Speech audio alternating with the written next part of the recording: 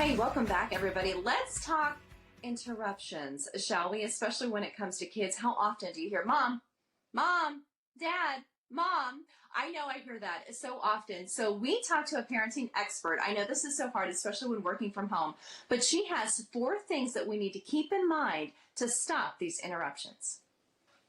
Well, yeah, you may remember her from last time. She taught us 3 steps to get our kids to listen, and she is back. Michelle Games is with me, parenting coach and psychotherapist, teaching us what to do when our kids decide to interrupt us. Michelle, I feel like this is something so many of us can relate to, especially now and in the prior weeks and months while we've had to do Zoom calls and things of that nature. How do we fix this? Right. Amber, when your kids interrupt you while you're doing all these Zoom calls, how do you feel? It's frustrating because you're trying to be mom, but you're trying to be professional and employee at the same time and get your work done and do what you have to do. Right. Okay. So let me help everybody first with the equation that children feel that their belief is attention equals love.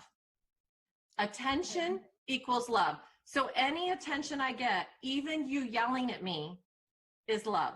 So you interrupting your meetings, is good for me over here as your kid. So I want to demonstrate there are 4 steps, 4 things we want to do to help our kids not interrupt us anymore. And I feel like this is a good thing, even after we return to a somewhat normal life. These are still things that we can apply because kids are going to interrupt us all the time with a lot of different things we're doing. So absolutely. Where do we begin? Exactly. So this is like when you're having a conversation with a friend, when you're on the phone, when you're in a Zoom meeting, any of this, your kids are trying to get your attention because they want to know that you love me. You love me. I'm here. And you're actually going to demonstrate this. You're going to show us, excuse me, how this works, because it's to talk about it, but you're actually going to role play almost. I am. So I've got a friend here who's going to help me. This is Grace.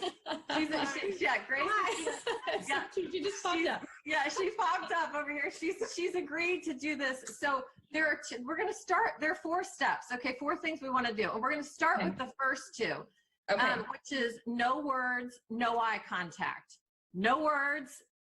Don't say anything to them, and no eye contact. Now we're going to demonstrate and see how that feels.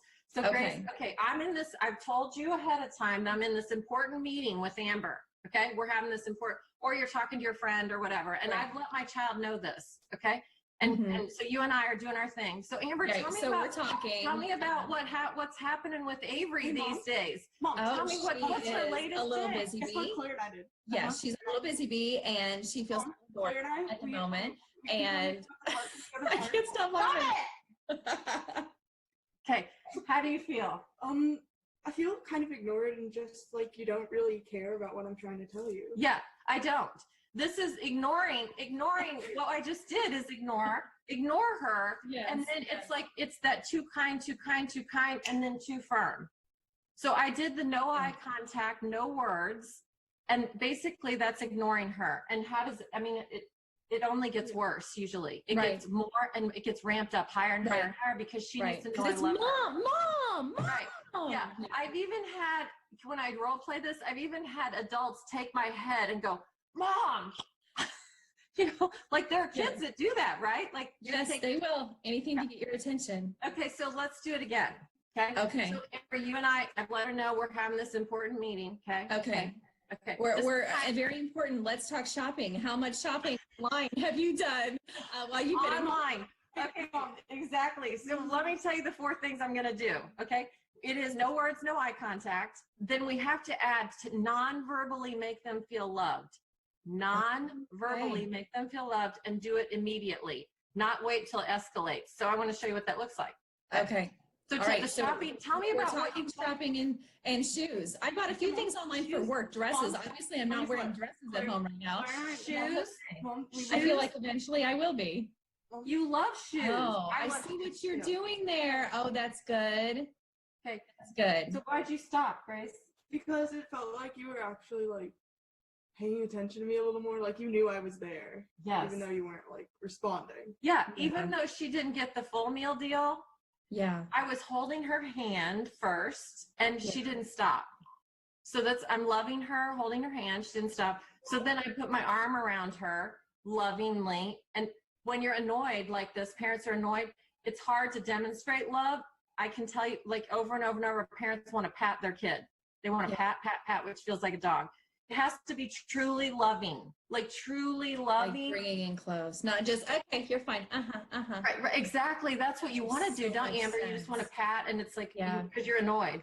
But it has to be true, demonstrate true concern, and then they'll wait.